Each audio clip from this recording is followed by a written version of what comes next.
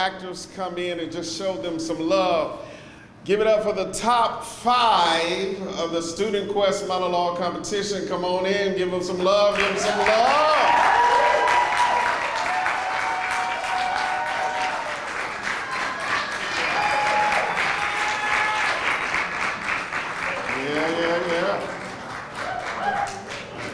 We will hear from them in a little while. First, I am Eric J. Little, parliamentarian of BTN, as well as the coordinator of Student Quest and tonight's competition.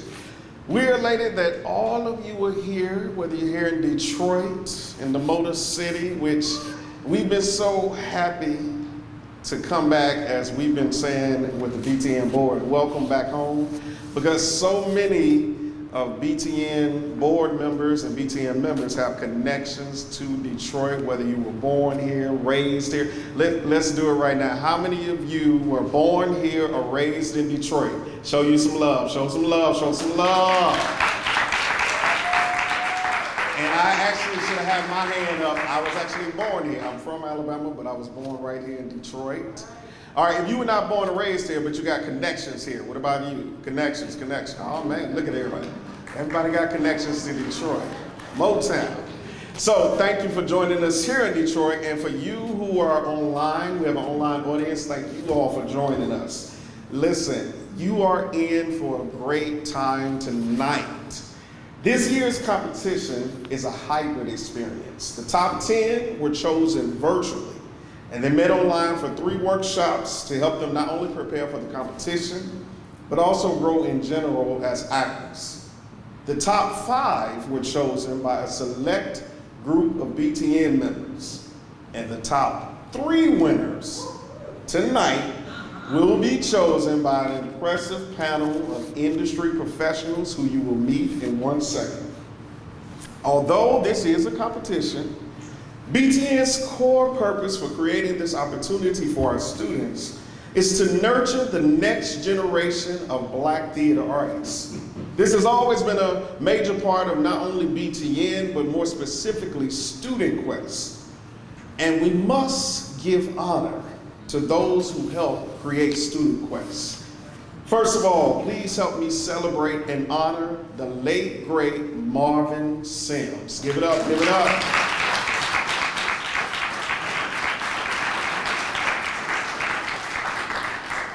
Also help me celebrate and honor Michael Pinckney. Give it up, give it up. And this next person is in the room, and let me tell you why I'm gonna honor her, because before this competition, now I told you all I was the coordinator. Yeah, she came and said, no, come here, what do you need? Come in the room right now, what do you need? No, it should go there, this should go here. And of course, I was like, yes, ma'am. Okay. All right. And I love this about this person, because when we're on conference plan, committee calls on Zoom, we can all be having a good time, especially if you got Michael Dinwiddie on there, and y'all know what I'm talking about. But this particular person, she would laugh, she would joke, but she always say, what's the agenda? What's next? And that is the one and only Professor Kathy Irvin.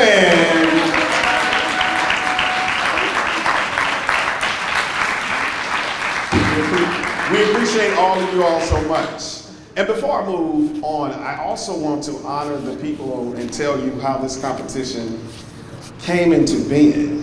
It was a couple of years ago in 2018. In Memphis, we were at Hattie Theater for the BTN conference. And a few great people were sitting around talking about students, and we were actually talking to students as well. And we started talking about how to get students more involved, and one way was the monologue competition. So these particular people, I know at least one person I see is in the audience tonight. The other 2 are somewhere. They should be here coming soon. Beyond myself, also please give it up for past presidents Chris Berry, John Shevin Foster. Here comes John. Wait a minute, give it to him. John Shevin Foster. And one of my really good friends, a dynamic actor, director, and educator who we're going to hear from later on tonight, Keith Arthur Bolden. See, let me tell you about Keith. He talked so much he doesn't even remember that he was there. Yeah, you were in the conversation.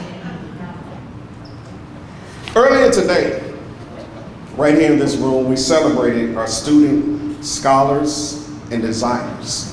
And tonight, we come to celebrate our student actors who will perform monologues and speak words written by our celebrated playwrights. Powerful words. Words that stick with you. Like Rose's words to Troy from the late, great Mr. Wilson. Or the words of Miss Hansberry's Lena or Benita. Somebody almost walked off with all of my stuff. Y'all know it. Come in here, Miss Shaggy.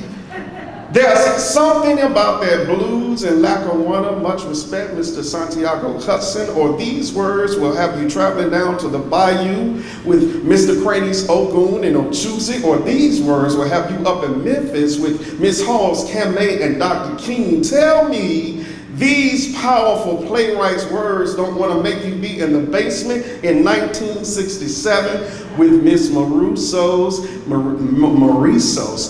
Shell's Lank Bunny and Sly. Do you believe in the words?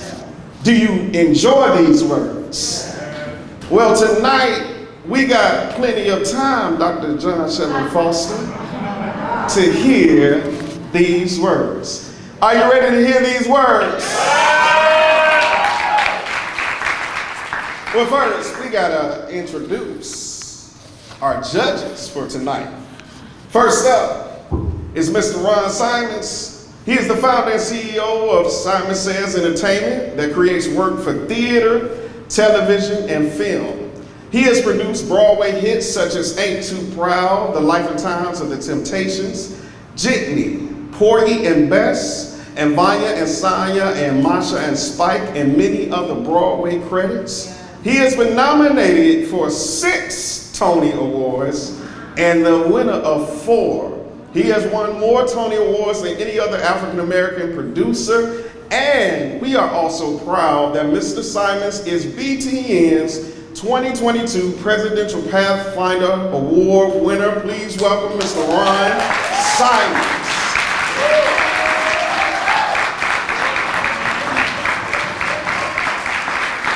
All right. Ron Hines is the founder and producing director of the St. Louis Black Rep. Mr. Hines has produced and directed more than 200 plays, including all 10 of August Wilson's plays. He is, you can give it up for that. He has directed at many theaters across the country, such as Indiana Rep, the Clarence Brown Theater, People's Light Theater, Studio Theater, and many more. He has also directed at many of the country's universities, such as University of Wisconsin in Madison, Indiana University, and his alma mater, Washington University in St. Louis. He has been recognized and honored by the 100 Black Men, the Distinguished Alumni Award from the University of Washington, Creative Artist Award, the Better Family Life, and many others. Please help me welcome Mr. Ron Hines.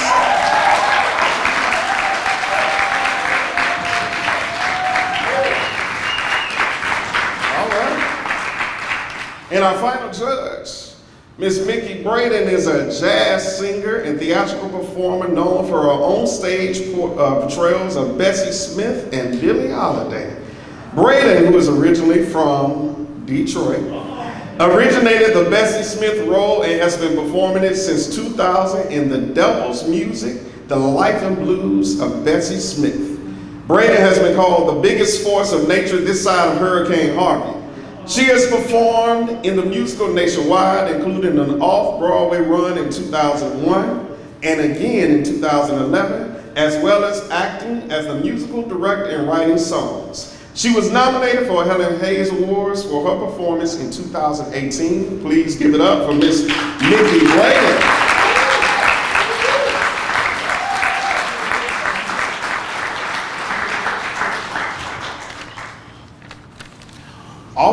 before I continue, I would be remiss if I did not introduce and allow the president of the BTN to come speak some words. Please give it up for Miss K. Sahira Sultan.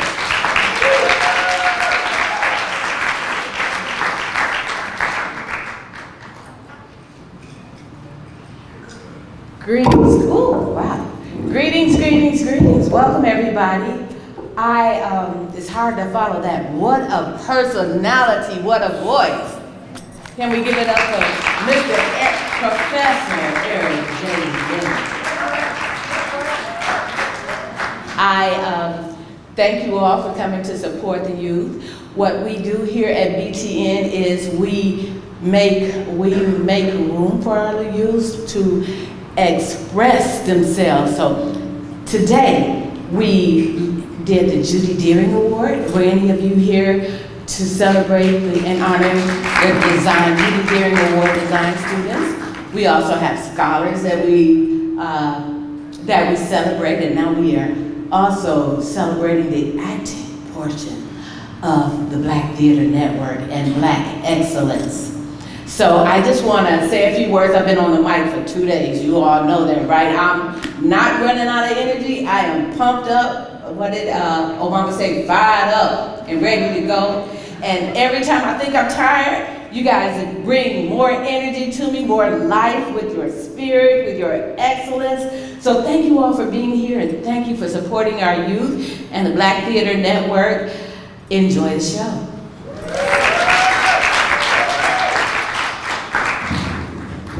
All right.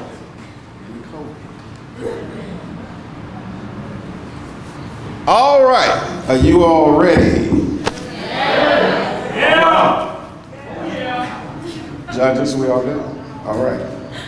All right. Actor number 1.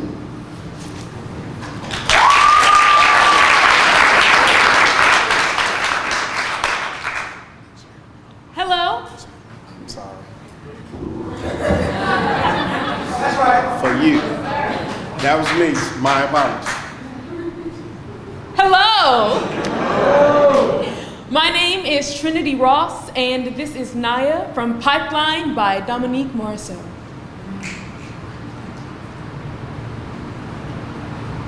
What did I do? Tell me. I need to know if I hurt you, if I misstepped, if I forgot too much or didn't know enough. I have tried, like religiously, like an ongoing prayer to protect you. I have tried to buffer you from it all. Free you and free you, taking advice from your father, from other mothers, from my own mother, from whomever, and I still don't. I don't have the answer. They could press charges.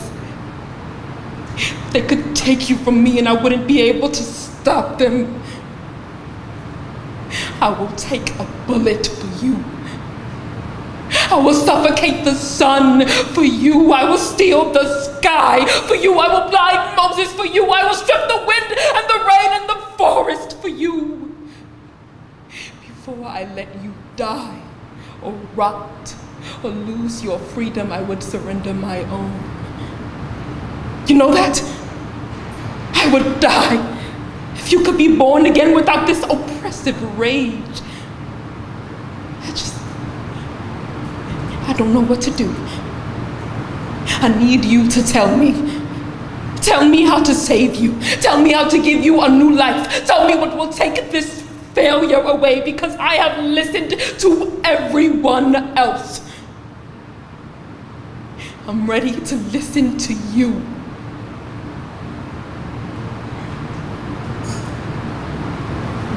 Thank you.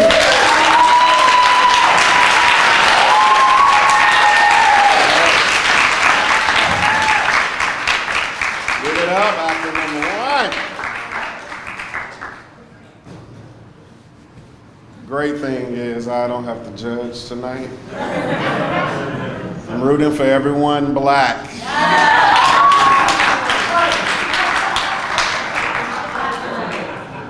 Everyone is black. Rooted for all of them. It's been a joy to, one of the things I've enjoyed beyond, because I am a professor at Clark Atlanta University, CAU. I work with students all the time, but it's always interesting and good to work with students outside of your own. You learn from your own students, and you definitely learn from students who are not your own. So thank you all.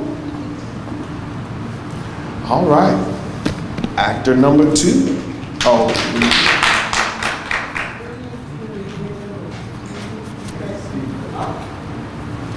got it. Thank y'all. Y'all good? All right. Thank y'all. Good evening, everyone. I am Jacoby Thornton. I will be performing a monologue from the play Skeleton Crew by Dominique Morisseau, portraying the character Reggie. I'm thinking about that, Faye. I'm also thinking that I need my job just like everybody else. If this company folds, I could fold with it. But I don't have a union to protect me. I just have my reputation. That's a rep that could get me placed somewhere else. Ohio, maybe. Out in Virginia would be nice. If I start rousing things up now before it's time, I'm gonna be the one to lose out. My kids, my wife. Look, I'm thinking about Shanita. I'm thinking about Daz. I'm thinking about you. Boney J. I'm thinking about Elder Johnson, who's been working the line for 45 years. The man's been in my house. Buys Christmas presents for my kids. I'm thinking on what'll happen to him if he doesn't get the right package. I'm thinking about Delina and Darnell, how much they love bringing friends to the house now. How much they hang outside because they feel safe, how I could lose my job and make my family lose everything that we've been working.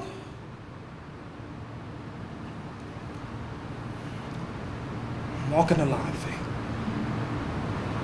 1 foot right in front of the other, and I'm trying not to fall and crash, and break my spine. And who am I gonna lift up when I'm broken? How can I help anyone else if I don't help myself? So I'm thinking about it, Faye. I'm thinking about Shanita. I'm thinking about Dad. Thinking about you. I'm thinking, and I'm thinking, and I'm thinking. Okay? Thank you.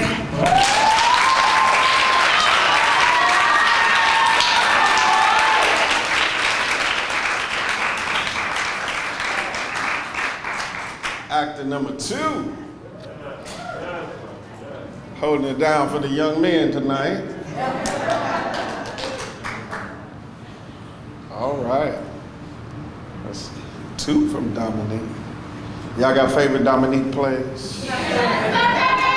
Sunset, Detroit 67, Paradise Blue. So it's usually, so Amanda Washington right here, she's gonna be directing Sunset Baby down in Atlanta, and Keith Arthur Bolden was in Paradise Blue. So usually it's the plays you connect to.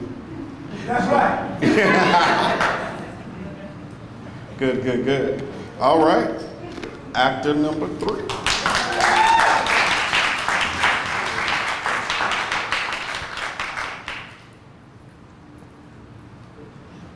Hey, my name is Chelsea Michael Good, and I am Meridian from In the Cotton by Morgan McGuire.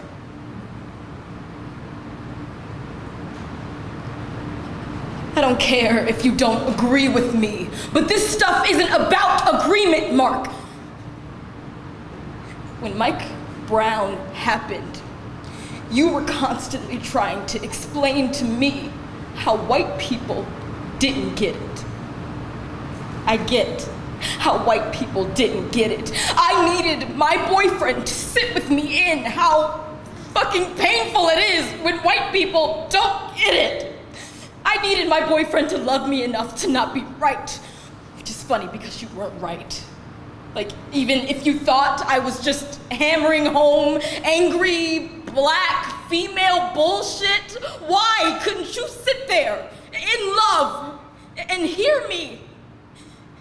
And you talk about thawing. I'm always gonna thaw around you. You're my favorite person. I love every stupid thing about you. I love how you try to explain away every ill in the world, but that's not good for me. It's painful for me when you do that for racists and xenophobes, people who voted for Trump, and you think you're being loving. You are, I guess. Sort of, but not really, because I'm not sure these people need your compassionate understanding. I think they need your compassionate rebuke. And you won't give it to them. And you keep wounding me. You keep wounding me. So I called it off and became the Ice Queen. But how else am I supposed to keep myself safe? Thank you. All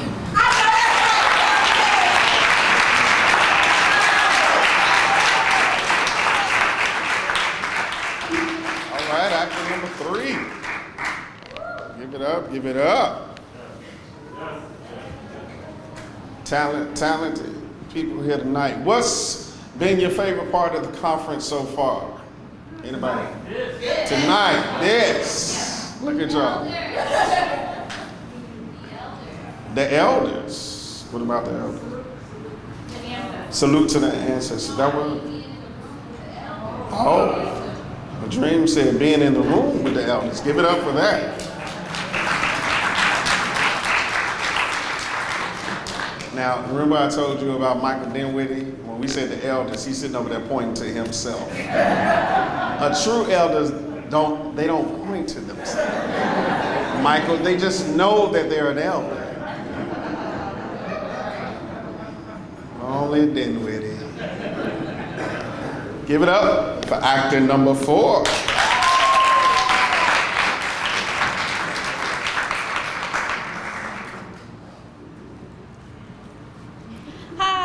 My name is Johanna Wiley, and I'll be performing a monologue from Detroit 67 by Dominique Morrison.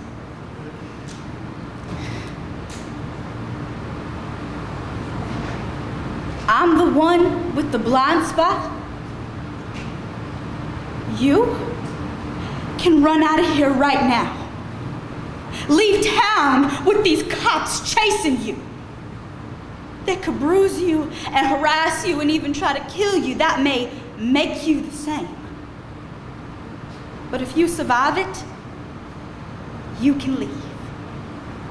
You can disappear or reappear wherever else you want, in any zone you choose. Live a new life without some kind of boundaries or permissions or limits to your skin. Can Lake do that? Can any of us? Because everywhere we go, the lines are real clear. Ain't nothing blurred about it. You might dream the same. You might even feel the same heartbreak. But until he got the same title to this world that you got, you and him ain't gonna never be the same. And that ain't blindness. Tell me that. That's 2020. Thank you.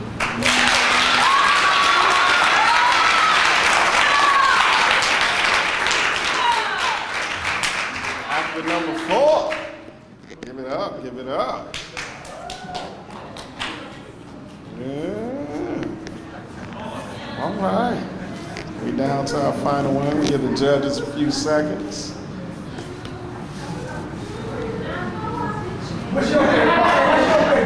What's my favorite part? This.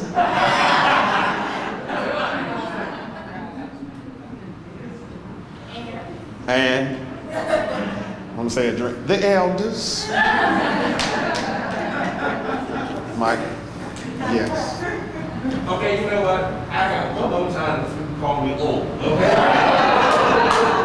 Uh-oh. I didn't say that.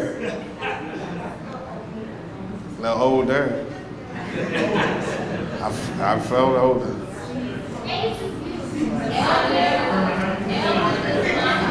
All right, wait a minute. We got one more because y'all that's theater people. See, that was like a yes and game, and it was so many of y'all about to do the improv. So hold tight.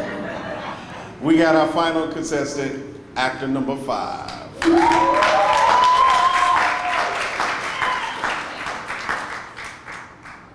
Hello, my name is Kennedy Rowland, and this is Lady in Orange from For Colored Girls Who Considered Suicide When the Rainbow Was Enough by Ntozake Shange.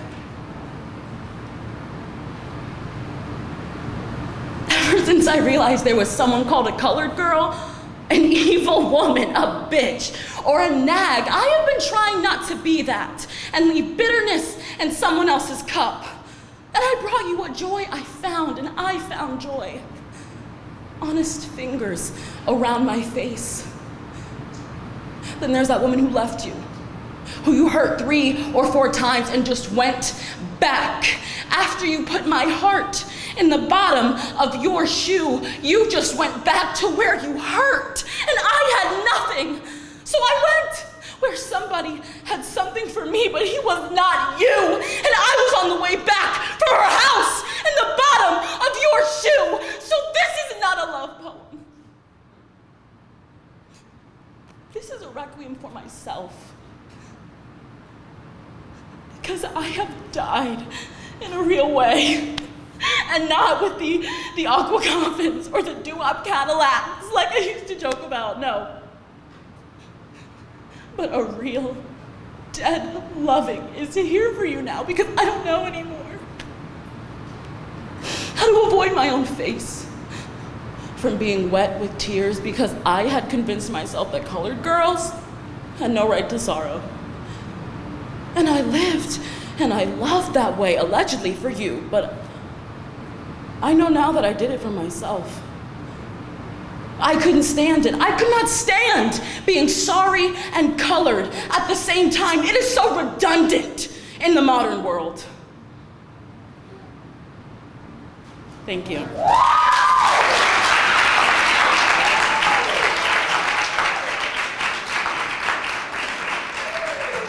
right. Give it up, number 5, actor number 5. It's not an easy thing to go last. Give it up, please, for all 5 actors tonight.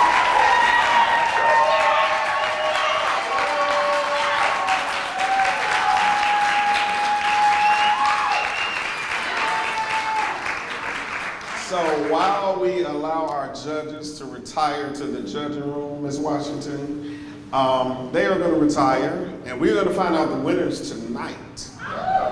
But I don't think I told you all the top 3 winners. We get the first place, $500. Second place, $250, and third place, $175. Yeah. So while we're waiting, we have a special treat for you. We have Ms. KB Singh, director. She's first of all past president of BTN. Director of the Contemporary Theater Studios programs at Shepherd University, producer and host of the Black Theater History Podcast, which celebrates the people, the places, and the plays that comprise the American theater's African-American theater history makers. It is found on Audible, Apple Podcasts, Spotify, and now on Broadway on demand. Also, go to blacktheaterhistory.com. She is going to interview a special person tonight, so I will let her come do that for her podcast. Give it up for Ms. KB Singh.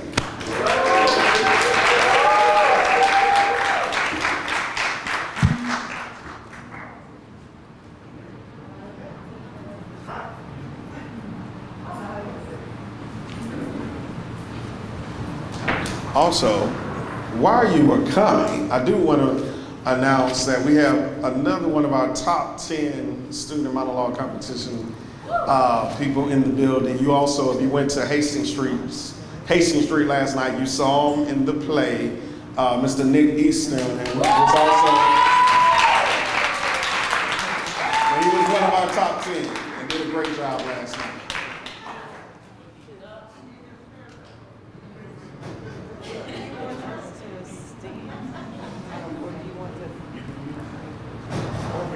I'm a director, so I'm gonna ask the sound professional in the back. Do you want us to stand on either side of this mic? Would you like us to sit? I see that they're both here. Sorry. One for the house and one for the live stream. Just in it for Which one is the live stream one? on the bottom. Let's have a seat. Yeah. Cool. Here you are. Hello, everyone. Good evening, everyone. It's funny saying this in front of a live room. Our guest tonight is actor extraordinaire, hashtag the acting professor, Keith Arthur Bolden. I would love to start, we didn't have the luxury of having your bio read. Mm-hmm. Would you give us just a little bit of background? Our goal here this evening is to share with all of you, future professionals, and all of you, current and future professionals, the story of one very successful BTN family member's career in this field, to talk to him a little bit about his experiences, and to see where that goes. This is our gift for you. It really is. You guys have offered us a great deal. Y'all back there have offered us a great deal this week, and we're thankful for you. So could you give us just a little bit of background? Yeah. His bio is long, IMDb, you can just, he's out there on Google the internet. Woody King Jr. was the very first person to ever agree to be on the Black Theater History podcast, and when I sat down with him to begin with, I explained the purpose of this as an educational resource, and he said, KB, those kids can just Google me. I won't say that. I'm not Woody King Jr. But I will say that one of the most embarrassing things that can happen to an actor is you tell someone you're an actor, and because people have kind of a broad sense of what that is and that it's fun. And so they say, well, what have I seen you in? And then I have to go through my resume. And your tastes are not what I do. So I've gone through 10 credits and you don't watch TV. So now I'm embarrassed. You could have just Googled. So, but I know it's not this crowd. Hi.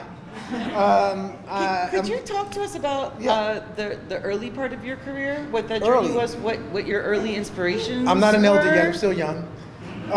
Yes, I'm from Los Angeles, California, born and raised. Inglewood specifically.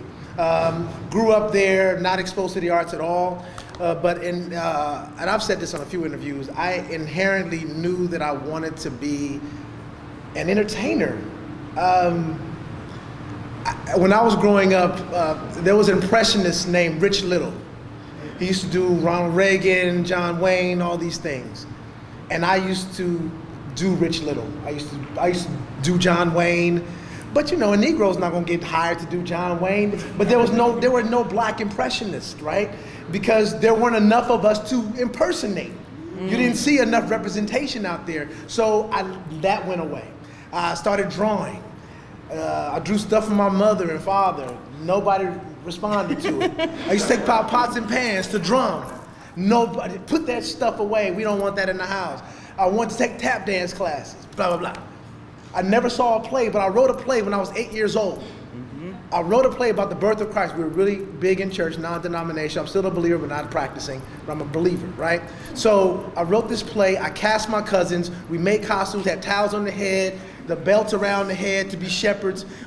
I mean, I did this thing. We had 2 performances. There was one performance, it was about 15, 20 minutes long.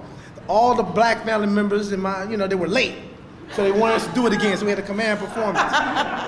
We did it, y'all. Not one person in my family said, this kid is interested in something, we should put him in something. It just stopped. And at that point, after 8 or 9 years of reaching out to something I knew that was in me, I just stopped. And so, it wasn't until college where Fresno State, I went to Fresno State. Fresno hired their first African-American professor in theater, Thomas Whit Ellis. He came around to the university one-on-one classes to recruit people to do the Color Museum. I'm young, I didn't know nobody, I wanted to be popular. I said, I'll audition for that, that sounds like fun. After that was done. I subsequently changed my major to theater. Didn't know what that meant, I just knew I had fun doing what I was doing. And if it wasn't for theater, I'm a Kappa too, if it wasn't for those things, I probably wouldn't have graduated because school was not my thing. Hard to believe I'm a professor now. I'm a professor teaching something that I really love.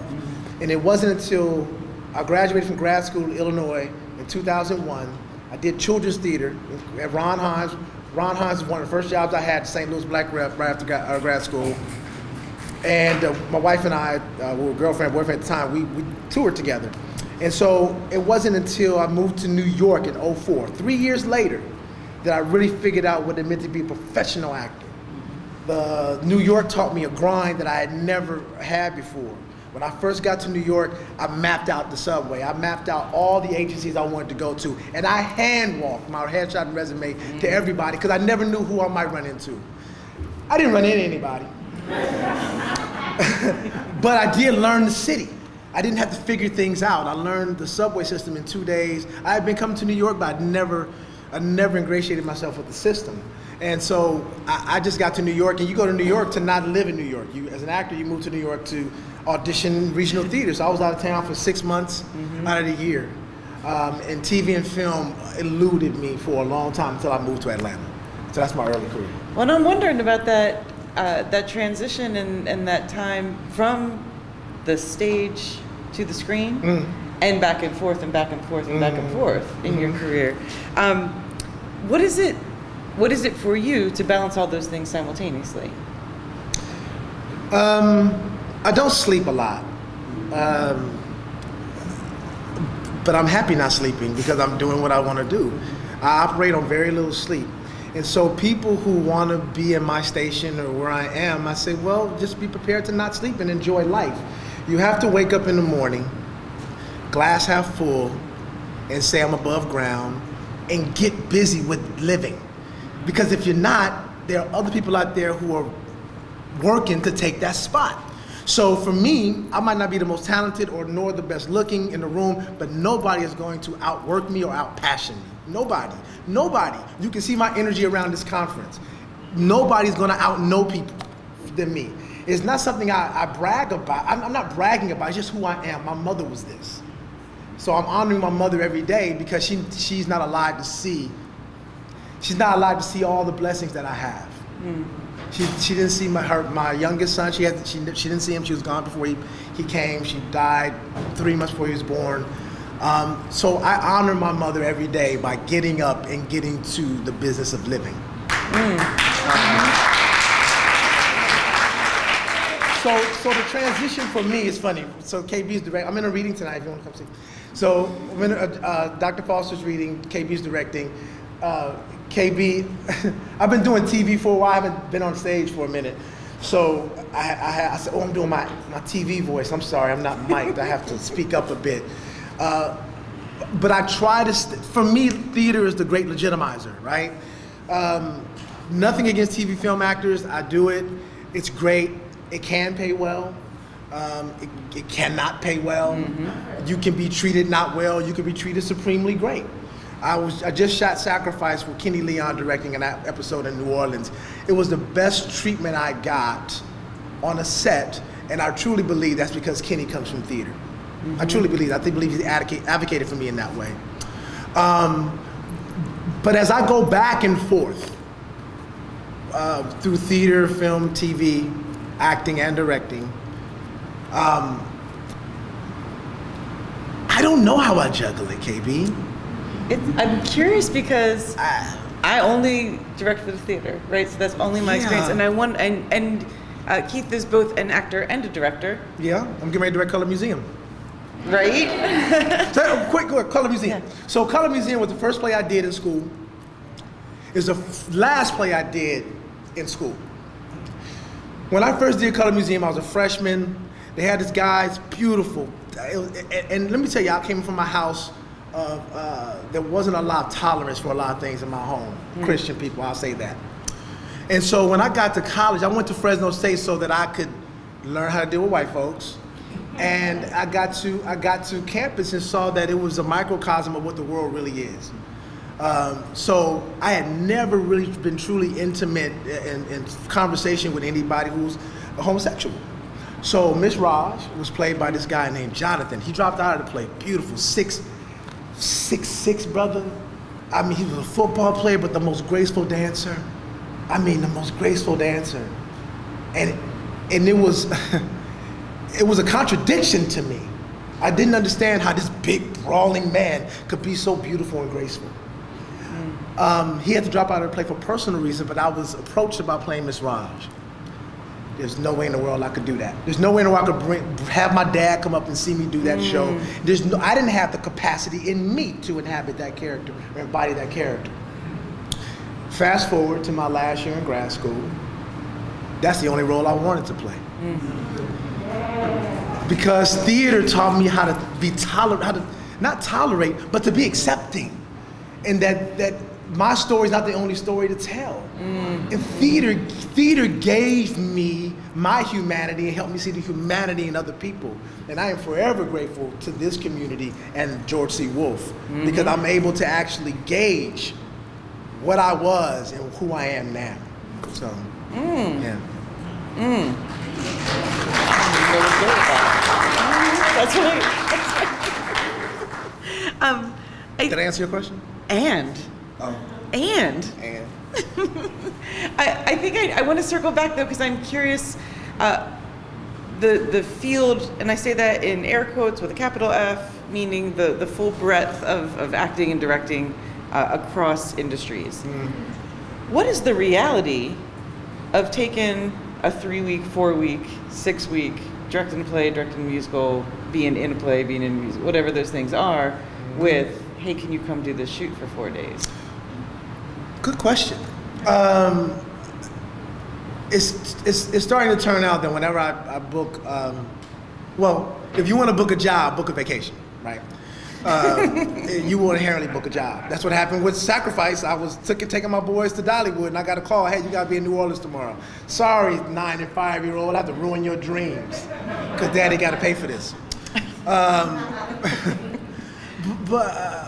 I want to answer your question. Answer it again. I got off. What is it again? What is the reality of like getting a 5-week gig and then also needing to take or wanting to take or being offered the opportunity to then need to do 2 or 3 or 4 days on set somewhere? Yeah. Well, the thing of when I direct, because I teach at Spelman too. I'm a tenure professor. I'm an associate professor of theater at Spelman College, and so that's the other job, right? So whenever I'm directing out of town, I fly home once a week to teach my classes that I usually give them outside class assignment. I teach 2 days a week. And I do that, and I'll do it. That's why I say I don't sleep. But that's my commitment to my students and my job. I don't want anybody to ever say I don't show up, because I show up. Michelle Wilson gave me the biggest compliment the other day. She said, Keith, you just show up for people. It's true. You show up for opening nights, you just show up, you support in a way. And so I'm honored by that. And so sometimes I may have to ask for grace if I have to miss a rehearsal. And usually people are okay with that. But I try not to audition for things that I'm not available for. Most of the things I have in that I have going on are flexible, but there are other things that aren't. And so I try to be honest and open about that. Don't tell people that you're open and available if you're not. Just don't. Be honest about your conflicts, because they'll probably work around your conflicts. But if you say you have no conflicts and all of a sudden you do, then they can't trust you. They can't trust you with showing up on time. They can't trust you with the words. They can't trust you to be collegial on set. So at least be honest about your time and your commitment. Can I answer your question? You did. Okay. I was gonna take that into a bigger direction and talk about what it really is to be a college professor, to be a professional actor and a professional director for both stage and screen, to be a father. And when Keith says that he shows up, I called him a couple weeks ago telling him that John had this show. I had already worked on it. I thought it is a great script. I'm really excited about it, and I really wanted to work with Keith in this role. He said, all right, I'm gonna call you back later. Taking his sons from the barbershop to get some dinner on the way, he's on the phone talking about what we really needed, making sure that he could accommodate that he could be here and be present for us. Yeah. And then was back in school the next day. Right? Yeah. And so I see this constantly happening, and there are so many of us in this room that are educator day jobs, passionate about teaching, passionate about raising up this next generation, this future, but then also trying to work, also trying to have our lives. I wonder if you have not just advice for the young folk, but advice for all of us who are living this world in this balance. What has worked for you, and what are you still working on? I'm working on, I'm always working on being better. You know, there's always room for improvement. I'm a man in a world that's changing, and I grew up a certain way, and I still have unconscious bias, and I just try to keep them in check. And I think the more honest you can be about that, the better you will be. You know, Avenue Q, everybody's a little bit racist, right? I think everybody's a little bit something. They are, but if you try to deny that, then you just denying a part of who you are. You can adjust who you are, you can grow, but if you try to deny it, then it's just, you know. I think that it's really important to prepare yourself for people. And let me go a little deeper. People are people. They just are. And I think if you try to meet people where they are, it's better than canceling them. It's better than canceling. Let me say, it's better than canceling people if you meet people where they are. Canceling people is just like sweeping dirt, just moving it out of the way. Not even under the rug, you're just moving out of the way to get out of your way to make you more comfortable. But that problem is still there. You still have to deal with that problem. So we need to rehabilitate people, love on people. I'm not trying to be We Are the World or, you know, let's go march and sing civil rights songs. What I'm saying is that those people that we cancel, they just find other places to be secretive about the work that they're doing against us. It's better to make them allies than to keep them as enemies or keep them at bay. That's just my opinion. You don't have to live your life like me, but that's just, I embrace people. Until I find out that they're not embraceable anymore. I think dealing in these college spaces, I won't be as candid as I can be, but what I will say is that every skin folk is not kinfolk, you know? And just because we wear the same skin doesn't mean that they have the same belief system or values as you. So meet them where they are too, and maybe it's time for them to move out of the way to make space for you, and not your agenda, but your aesthetic, the things that you and your cohort are passionate about. There's something about an old guard who is unwilling to loosen the reins to make room for new ideas and new passions. And we just have to make space for people, y'all. Like, I'm 49, right? I don't want to do the things that I was doing 15 years ago. I don't have the energy. I want to be able to fund the shit that y'all want to do. Sorry, can I cuss? Yeah. Okay. You know what I'm saying? I tell my students at Spelman all the time, I said, the revolution is a young person's game. I can't be on the front lines. I got a house, kids, grandkids, but guess what? I can send you some money. I can send some monies for the placards, for the marches, for the bus trip. I can fund the revolution. I just can't be on the front lines with you. And so we have to remember that Dr. King and Malcolm and them, they weren't even 40. They were like 20, in their 20s, they were doing the thing. It's a young person's game, so it's a young people in the room, I don't know what y'all waiting for. I know y'all doing it. I know y'all doing it. I'm not trying to condemn it. I know you're doing it. We gotta have a plan in place for the revolution though. Like I have some students who've complained about things, right? And I say to them, I'm not getting off topic. Go on. And I say to them, a student accused me of not showing up. This student sent me an email at 3 o'clock in the morning. I read it at 7. We were meeting by noon. I pulled over and talked to the student the week before for 30 minutes because they were having a crisis on my own time. I told the student, I said, to me, this is showing up. I have a career, I got family, got kids. This is showing up. But if this doesn't resonate with you as showing up, I need you to tell me what it is so that I can serve your generation better. Show me how you want me to show up. That person could not answer the question. So for me, what resonated with me is that you are equipped to complain and to bring up problems, but you have no resolution. You have no plan. What's the plan? I will meet you there. Tell me where you want me to meet you. Because I told you where to meet me when you were complaining I didn't show up. I said, meet me downstairs in Manly at 12 o'clock and we can talk. That person, I use the pronoun. They. That person didn't do that. Anyway, did I answer your question? And I always ask that. And I'm gonna just yes and that, because I see all you young people nodding, and I personally recognize that these feet can't march as far as they used to. We got bunions and corns. But these feet hold on to a body that holds the keys to a theater. And if we heard anything from our colleagues this morning, it's that we know that telling stories is part of the revolution. And so I just want to yes and everything you just said, and offer all of you storytellers in this room, story supporters in this room, remember that those of us who are not by your side all the time can be behind you, can be under you, lifting you up. And so we had this conversation a little bit earlier, so I just want to yes and that and raise up those ideas and remind you all how this fits together in our complete story today. You know what's great too? It's to take inventory of who's next to you, and be kind to people. Quick story.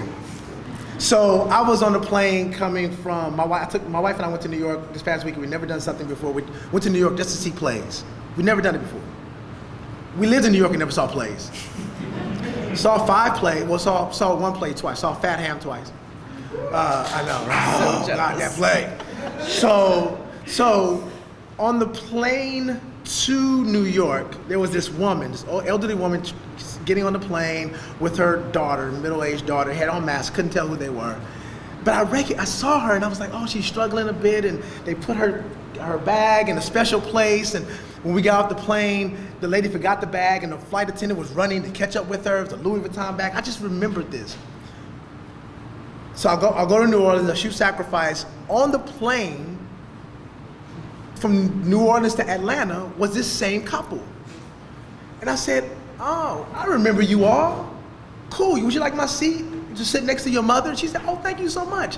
At the end of the flight, her mother went to the bathroom. I got talking to her, and she said, thank you so much for giving me this seat. I said, no problem. I said, so what do you do? Where you guys traveling to? I'm my mama's child. Talk to everybody. Oh, we're going to Florida. I have a house down there. I said, oh, okay. But I live in New York. I said, I'm from LA. Oh, I have a place in LA too. I split my time. I said, okay, what do you do? Oh, I'm an actor and director. I said, really? What's your name? Oh, my name is Robin. I said, what's your last name? I'm gonna look you up. She goes, mask on, Gibbons.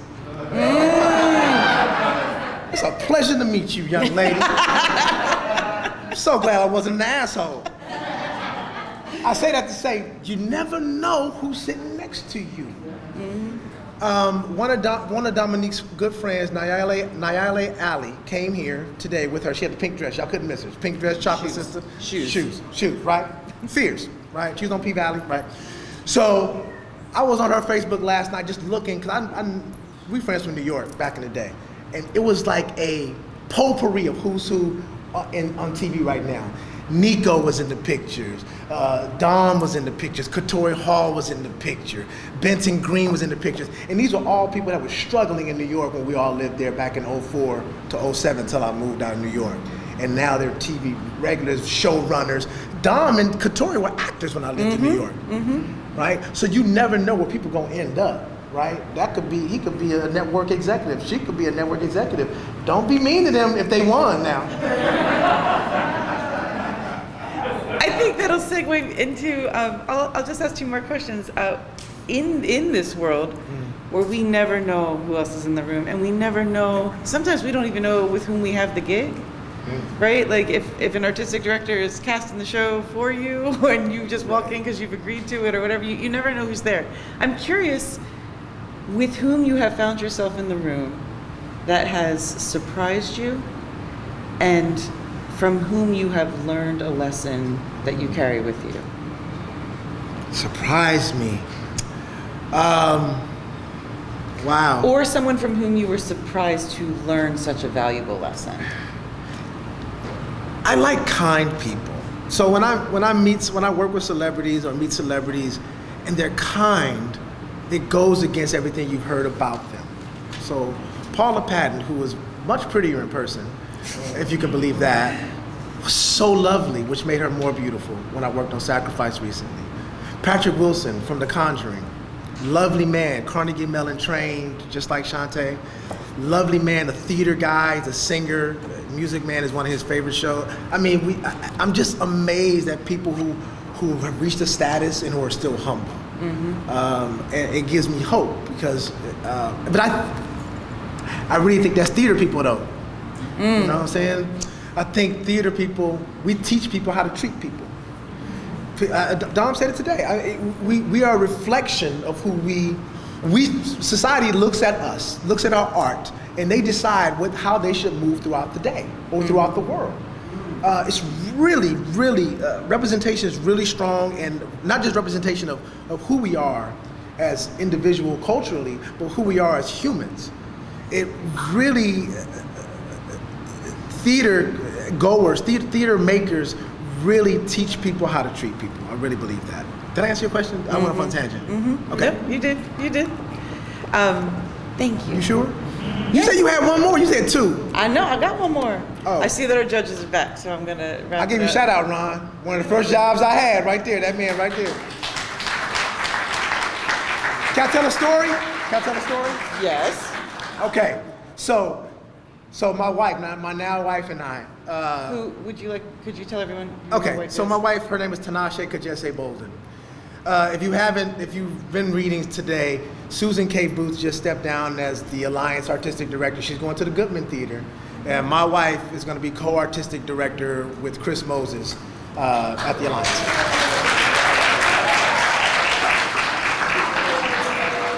That's why I can wear pants like this, because, you know.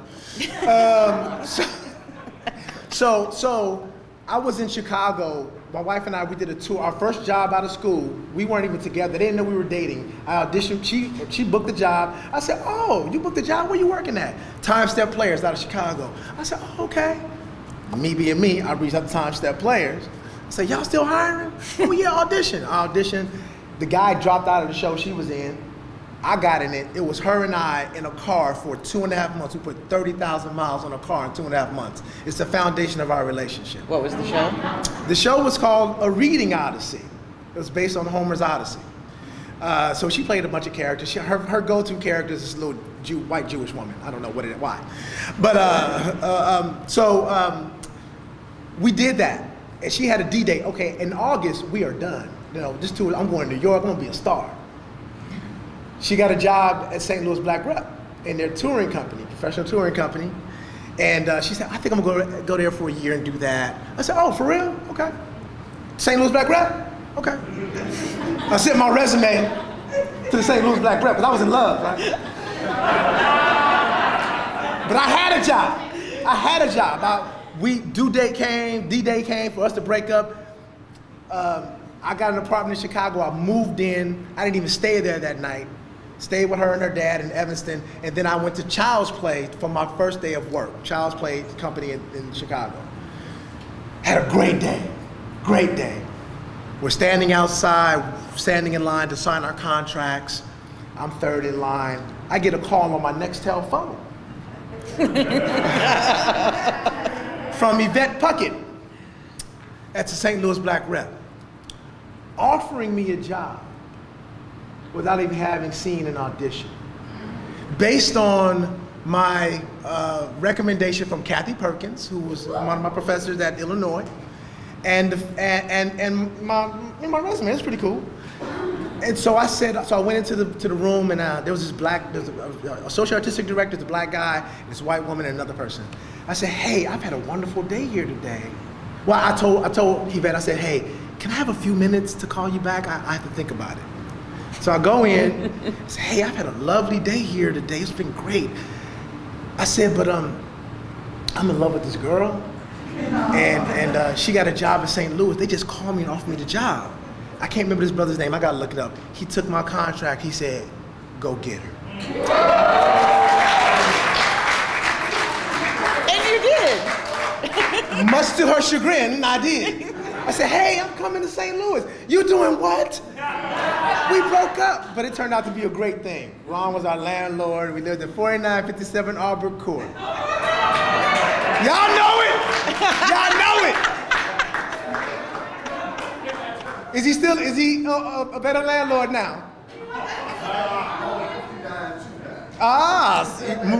There you go. And Yvette lived right next door to us too. It was great. It was great. So we're still, so that was, 15 years in September we've been married. So, yeah. Theater did it.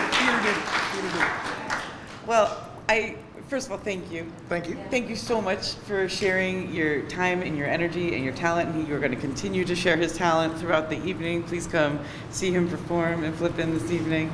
But there's a conversation that I inherited from Carlton Millette here at BTN, which is the dialogue about what belongs in the capital B, capital C Black canon. And what constitutes that. And so I end every episode of the podcast by asking my guests what one play, and I know, but what one play do you think belongs in the Black canon?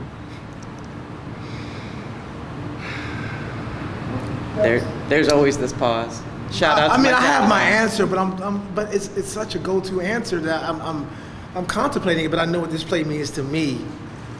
And what it means to my students when we really kind of dive into it, and how many actors have made a career off this play, how many careers it started, the movement it started, and the shoulders we rest on. And so I don't say it flippantly, but I really truly believe that it's a raising of the sun. It's I think it's the greatest American play. I mean, August Wilson is my man. I think Lorraine Hansberry, she was put on this earth to make that play, because she was gone after, and you never can decide. Depends on who you're looking at, who you're talking to, whose play that is, right? That's the beauty of it, because everybody's fighting for something. Travis is fighting for something. Mama's fighting for something. Ruth is fighting for something. It's all about perspective, and it's a director's dream to direct that play, because you can direct it from whatever vantage point you want it. People won't delve into Travis, but Travis got a point of view. Travis sleeping on the couch, right? He listening to arguing. He got to hear sex in the pantry, and he's disturbed. He got to go out here and kill rats and to get money at the. Travis, a hustler. He's the first hustler. I don't know if I do that perspective. I just thought for comedic effect it might be funny. But truly, I believe that her and Lloyd were paired together to change the dynamic of theater, and they've done just that. And we are beneficiaries of that conjoining, that meeting. Yeah. I know you're not alone in thinking that. Am I? No. We can hear the agreement. I've never directed a really, Eileen, Ron, I really want to direct A Raisin in the Sun. I say often on this podcast, What are you? From your words to the internet's ears. Yes, internet. Yeah, thank y'all. And thank you on that. Thank you so Yeah. much. Thank you all for taking the time.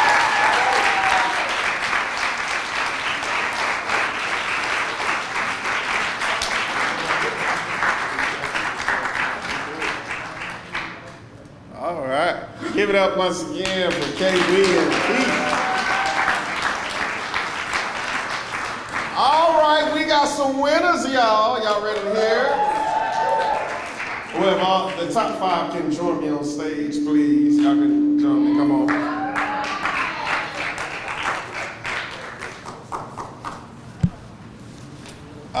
Before I announce the winners, someone asked me, can we learn a little more about them? So I'll let them tell their name, where they're from, And y'all can do it where you are, just come up. And no, we're not doing the Zodiac side. Ain't nobody got time for that to drink. Name, where you from, major, what school you go to, in the order. Okay. Hi, I'm Trinity Ross. I attend the University of Alabama, and I'm from Montgomery, Alabama. I'm an acting major going into my senior year. Yes. Hello again. I am Kennedy Rowland. I'm from Springfield, Virginia, right outside of DC. I go to Shenandoah University, and I am a rising senior getting my BFA in acting. Hey y'all, how y'all doing? Once again, I'm Jacoby. I'm from Dallas, Texas, Lone Star State. I go to Millikan University, majoring in acting. Hi, I'm Johanna Wiley. I'm from Houston, Texas. I go to Sam Houston State University. I'm a theater major with an emphasis in acting and directing. And I'm a senior!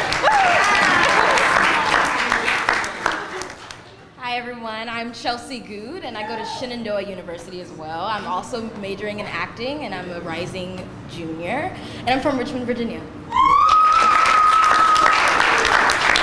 All right. Before we announce the winners, once again, we have a certificate of participation for all of them.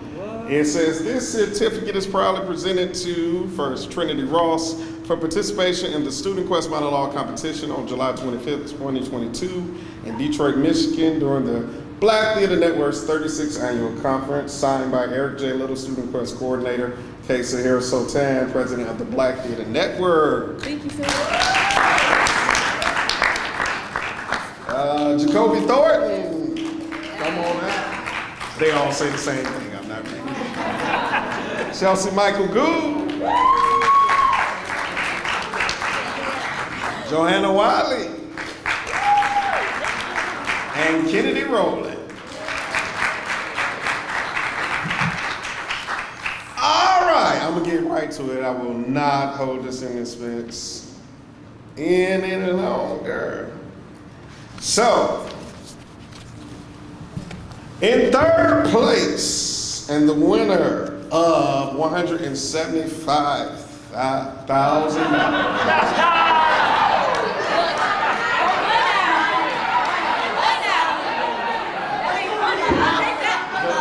The funny thing is, it actually just slipped, and I was like, wait a minute, you're not winning $175,000. It's on camera? No. Let me correct that. $175. It is. You can think it's 1,000 if you want. Sorry. From Shenandoah University, Kennedy Rowland.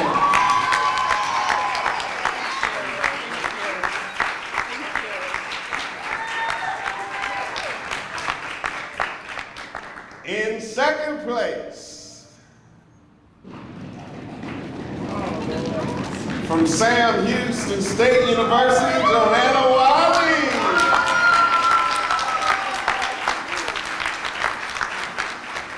All right. And in first place,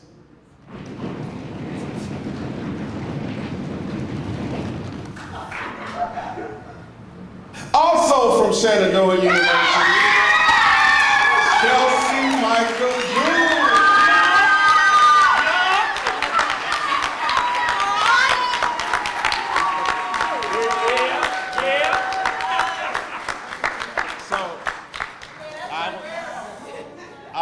I will allow you to speak, but let me tell, last year we had 3 places, and we, of course, had the top 2 could not, we didn't allow them to come back, but we allowed the third place winner to come back. This was the third place winner last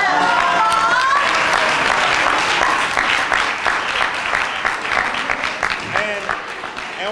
And what I want to brag on, I opened it up to everybody last year who competed, who didn't win the top 2 places. And she was the only one. And she said, Professor Little, I'm coming back to win it this year.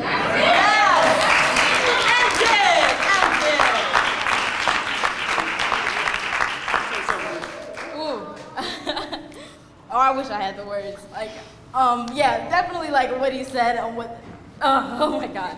Okay, so I love Black Theater Network with all of my heart. Finding this opportunity was like the greatest experience of my life. And last year, even though it was on Zoom, it was such a thrilling, invigorating experience. I learned so much from Professor Little, from Miss Nikki Toombs, from Evan Cleaver, from just so many people. And also I met so many artistic allies. Like the people behind me are like amazing, and I'm gonna be friends with them forever. And like the same with the people from last competition. So like when I did this last year, I was like, I'm coming back. If I have the opportunity to, I will. And even this year, if I didn't win, I'm coming back again. Like this is just, it's so magical, and I'm so glad to be here in person this year, and I'm, the words. Just thank you, gratitude.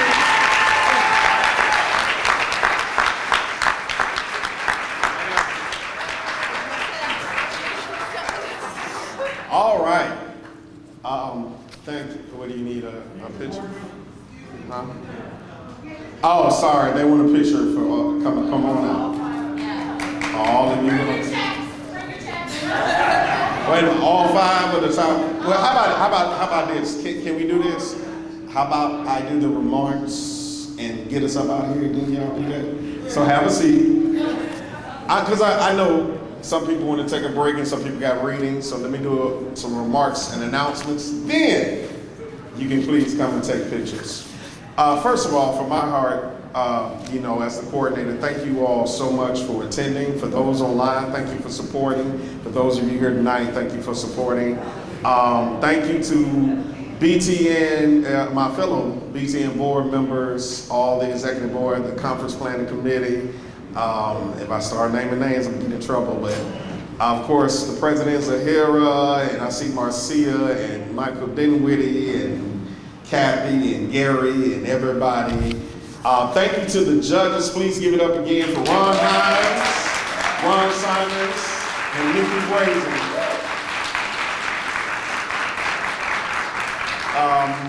Also, a shout out to, and she named it, one of my really, really good friends, who's an amazing artist herself, Mrs. Nikki Toombs, who came and helped the students as well. She's great. Deanna Malloy, who's helping us with our online, and Mr. Joe and his friend back there, we appreciate you all as well. Do want to make, and as the old folks say, I was taught, if I didn't name you, charge it to my head. Not my heart. Look at y'all. Some of y'all grew up around me, but appreciate all of you. With that being said, tonight, this is BTN. Just want to tell you what's going on and the rest of tonight. After this, you're on a little break to chill out, and then we have 3 readings going on. So listen, you can go into either one of them, check them out, and please support these readings. We have Flip In and Urban Hip Hop Folk Tale reading that's taking place in the council room. We have Portraits of Milner taking place in the Paul Carter Harrison room, and we have Satin Dog taking place in the Maggie Porter room. That's all going down right after this in about a few, I guess about, what did we say, about 15 minutes? They said 8:15, but we closed to 8:15. So I say give it about 10 or 15 minutes, about 10 minutes, and then you can go to those readings. And then later on, if you want to go kick it at the happy hour, please go down and kick it at the happy hour. And then tomorrow morning, we are so excited to have 2 master classes going on at Wayne State University. We have Kathy Perkins. I'm sorry, let me say that. Broadway lighting designer, Kathy Perkins. We'll be giving a master class tomorrow at Wayne State, and then we have Broadway playwright Dominique Mariso will also be giving a master class at Wayne State tomorrow. The bus will leave at 8:45. Now listen. Let me tell you all. Let's start being on time at 8:45. Okay? Don't have everybody waiting on you. 8:45. God bless you all. Thank you for joining us. Come take pictures.